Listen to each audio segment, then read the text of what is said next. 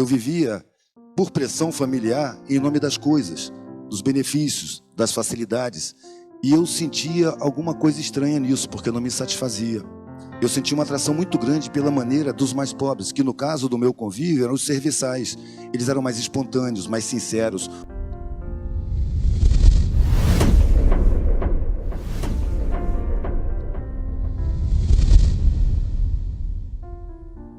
O olhar tinha alguma coisa diferente e eu tentava me aproximar deles. Eu ia para as festas e ficava na cozinha, conversando com os garçons, com os cozinheiros, com os faxineiros, que me tratavam muito bem, mas não me tratavam com igualdade, porque quando se tratavam entre si, eu sentia que era diferente. Eu era um riquinho legal. Quando eu cheguei até a faculdade, eu entrei na faculdade por pressão familiar também, eu vi esses assuntos que eu queria discutir, que não encontrava jeito, serem discutidos. E fiquei muito encantado com aquilo por uns 3 meses. Porque depois eu percebi que essas pessoas também não se aproximavam dos mais pobres. Quando eu saí do exército, eu tinha o couro bem duro. Eu aguentava dormir no chão, papelão, molhado, passava fome tranquilamente. Então, eu saturado do meu meio social, todo feriado, todo espaço que eu tinha, eu viajava de carona. Ia para uma aldeia de pescadores, uma vila no alto da montanha, onde estavam as pessoas mais pobres, porque eu sentia muita atração. E ficava observando que aquelas pessoas tinham muito mais espontaneidade, tinham uma união muito maior do que no meu meio, na minha classe. Eu tinha uma humanidade, uma relação afetiva que eu não conhecia. Aí eu resolvi, já decepcionado com a faculdade, não ter nada. Vou fazer a experiência do que é não ter nada. Eu quero andar pelo mundo sem nada. E aí eu cheguei no meio mais pobre, pedindo o que comer, pedindo onde dormir, e as pessoas começaram a me olhar com igualdade. Como eu tinha a visão condicionada, porque a gente é condicionado por uma mídia safada, cheia de psicologia do inconsciente, eu cheguei no meio dos mais pobres como quem chega no meio dos ignorantes. Eu vou ensinar eles, porque eu tive mais escolas. E começava a falar da humanidade, da desigualdade. A língua que eu falava não era a língua daquele lugar. E as pessoas ali já estavam me olhando com igualdade. E percebi que no meio da periferia, que a gente julga que é tão ignorante, existem códigos de comunicação inacessíveis para quem fala a língua acadêmica. São códigos intuitivos, são códigos de sentimento, são gestuais, é mímica, é uma coisa muito mais profunda. E eu percebi também, aliás, no meu próprio coro, que a capacidade de resistência nas periferias é muito maior do que nas outras classes. Porque quem trata com dificuldade ganha força. Ali se acostuma a tratar com dificuldade, superar perdas o tempo todo. Dificuldade gera resistência, facilidade gera fragilidade. Então as classes mais altas, como aquela que eu era originário, era muito frágil, muito medrosa. Era o que me incomodava lá, era o medo. Ali era um medo enorme de cair de patamar. E quando eu estava misturado com a maioria, eu via que ali ninguém ficava triste porque não tinha nada. Pelo contrário, era uma alegria danada, era brincadeira de criança. Aí eu comecei a perceber que essas pessoas não sabem disso, porque tem todo um processo de impedimento do desenvolvimento dessas pessoas. Comecei a perceber que a escola pública não merece nome de escola. Existe uma sabotagem institucional. Ali não chegam verbas, não chega o ensino. Ali é um centro de tortura de professores, de alunos e de funcionários. A escola pública é feita para fabricar ignorância, para que as pessoas não se deem conta do que acontece no mundo. Eu comecei a perceber também que quem faz tudo na sociedade é a rapaziada mais pobre. Se você se colocar em qualquer lugar da cidade, em qualquer lugar onde tenha civilização e olhar em volta, você não vai ver 1 milímetro que não foi mão de pobre que botou ali. Todas as roupas são costuradas por pobres, todas as paredes são levantadas por pobres, a comida que se come é plantada, colhida, trazida e preparada por pobres. O pobre faz tudo, não falta nada, só que ele não sabe disso. A sociedade se estruturou em cima da massa mais pobre, e a massa mais pobre sustenta essa estrutura. É uma estrutura criada na época dos reis ainda, onde a sociedade vivia em função daquela cúpula da nobreza. Toda a sociedade. Existia uma classe intermediária, que era a pequena nobreza, que administrava os peões, o povão que fazia tudo, sustentava tudo, e aquela cúpulazinha pequenininha. Essa estrutura está aí até hoje. Só que em vez de reis, são mega empresários, mega banqueiros, que controlam a mídia, controlam os políticos. Eu já não acredito mais na política, porque quem faz a política são os empresários que financiam as campanhas. É empresário que faz política pública. Eles estão na cúpula e não querem sair da cúpula. E para isso tomaram todos os cuidados. Muita coisa do que eu queria foi induzida por eles. Muita coisa da minha visão de mundo foi induzida por esse motivo. Você tem que ver o mundo distorcido para ele permanecer como está. Quando a gente começa a perceber, a gente começa a mudar os valores, começa a mudar o comportamento. E eu acho que é isso que vai mudar a estrutura toda da sociedade. Porque os mais pobres não só constroem a sociedade, eles sustentam a sociedade, eles mantêm a sociedade. A carga tributária, que é o que banca o Estado, ela está em cima do consumo.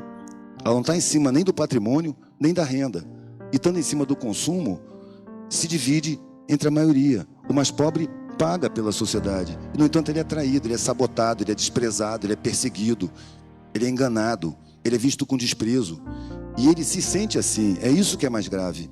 Quando a gente percebe o valor que a gente tem, a gente para de se sentir humilhado. A primeira vez que alguém me desprezou, demorei para perder o jeito de riquinho. A primeira vez que alguém mandou eu sair com desprezo, sai daí, seu vagabundo, eu ri, porque isso não me humilha. A grosseria da arrogância não me humilha em nada, porque a arrogância é a capa da insegurança. Essas pessoas morrem de medo. Bota uma arrogância, veste uma arrogância, uma superioridade, mas é falso. A gente não pode aceitar isso. É como um presente. Se você aceitar o presente, você vai levar. Mas você pode não aceitar esse presente, e aí você não leva. É preciso a gente não tomar um insulto para si. É somente uma manifestação. A gente não passa a ser o que pensam que a gente é, ou o que dizem que a gente é. A gente não pode ter vergonha de não ter roupa de marca. A coisa é tão absurda que uma pessoa honesta, generosa, leal, sincera e mal vestida é mal vista. E um pilantra bem vestido com terno caríssimo, que paga a campanha de político, que desvia milhões, que prejudica milhões de pessoas, é bem visto, é visto como um vitorioso. A gente tem que mudar os símbolos da vida. Eu não estou aqui para vencer na vida, eu estou aqui para viver. Eu não quero mudar o mundo, eu quero ter satisfação na minha vida. Eu quero que o mundo mude, porque ele muda o tempo todo. E depende da nossa atitude. Quando eu comecei a mudar o meu mundo, eu percebi que meu comportamento começou a influenciar pessoas. As pessoas começaram a me perguntar a minha opinião. Eu demorei para perceber que o mundo muda sozinho o tempo todo. Assim como as pedras estão mudando quimicamente o tempo todo. Nada está parado do universo. É preciso a gente enxergar a realidade como ela é, para poder escolher como se colocar dentro dela. A gente não pode estar se iludindo conforme as ilusões são colocadas. Hoje as pessoas têm um inimigo dentro de casa, que é o pior inimigo que eu já vi, que se chama televisão. A televisão é comercial e pessoas muito bem pagas trabalham com psicologia do inconsciente para criar valores, para criar objetivos de vida. A gente quer não o que a gente escolhe, mas o que é mandado. E existe uma pressão que te discrimina se você não quiser o que todo mundo quer. Quantas vezes eu ouvi, meu filho, você não pode pensar assim, ninguém pensa assim, você tem que pensar em você mesmo. Existe uma estratégia para você ficar prestando atenção perto de você, nas suas coisas, nas suas roupas, na sua casa, no seu carro, em volta, para você não olhar o mundo, para você não perceber que isso é uma coletividade. O fato da minha família ter cortado relações comigo, apesar de ter sido doloroso na época, me deu a oportunidade de eu começar a me sentir família em todo lugar que eu estava. E para mim, a família deixou de ser consanguinidade, passou a ser afetividade. Quando você tem amor, quando você tem sentimento, você forma família. E hoje eu me sinto família com a humanidade inteira. E quando eu falo nós família humana. É todo mundo, inclui todo mundo. Ensinam pra gente que o objetivo da vida é patrimônio, é segurança, é conforto. E não é, é afeto. Há muito tempo atrás, eu tinha 18 anos, ainda estava na faculdade, eu encontrei um velhinho que estava com quase 90 anos, bem velhinho, cheio de doença, e era um rico empresário de exportação e importação. Ele falou umas coisas comigo que para mim foram importantíssimas. Ele falou, eu fiz tudo o que me mandaram fazer na vida. Eu corri atrás de patrimônio. Eu posso visitar a Europa 3, 4 vezes por ano se eu quiser. Eu, para a sociedade, sou um vitorioso. Mas hoje eu estou doente. Eu estou sentindo que a morte está perto. Estou tomando um monte de remédio. E aí eu olhei para a minha vida e ela perdeu totalmente o sentido. A sensação que eu tenho é que mentiram para mim em algum lugar. E eu acreditei. Eu não pude conviver com meus filhos, não pude criar afeto com os meus filhos, porque eu estava muito ocupado desenvolvendo a empresa. Então eu paguei pessoas muito bem qualificadas para formá-los. E eles estão muito bem formados, estão bem colocados no planeta, em vários lugares. Mas agora eu queria ter afeto, eu queria ter aproximação com eles. E eu não tenho aproximação nenhuma, nem eles comigo. E o que eles fazem? Eles pagam pessoas muito bem qualificadas para cuidar de mim até a morte. Aí eu percebi que o principal da vida é abstrato, não é concreto. Eles dizem que é concreto para a gente passar a vida correndo atrás, pagando o carnê, e a gente não dá valor que é importante. é o sentimento de integração com a coletividade, o sentimento de ser útil aos demais, o sentimento de fazer o bem, o sentimento de trocar afeto, amor com todo mundo. Isso é o significado da vida. Eu posso resumir isso tudo que eu disse apontando os objetivos da vida: afeto, integração, sentimento, coletividade.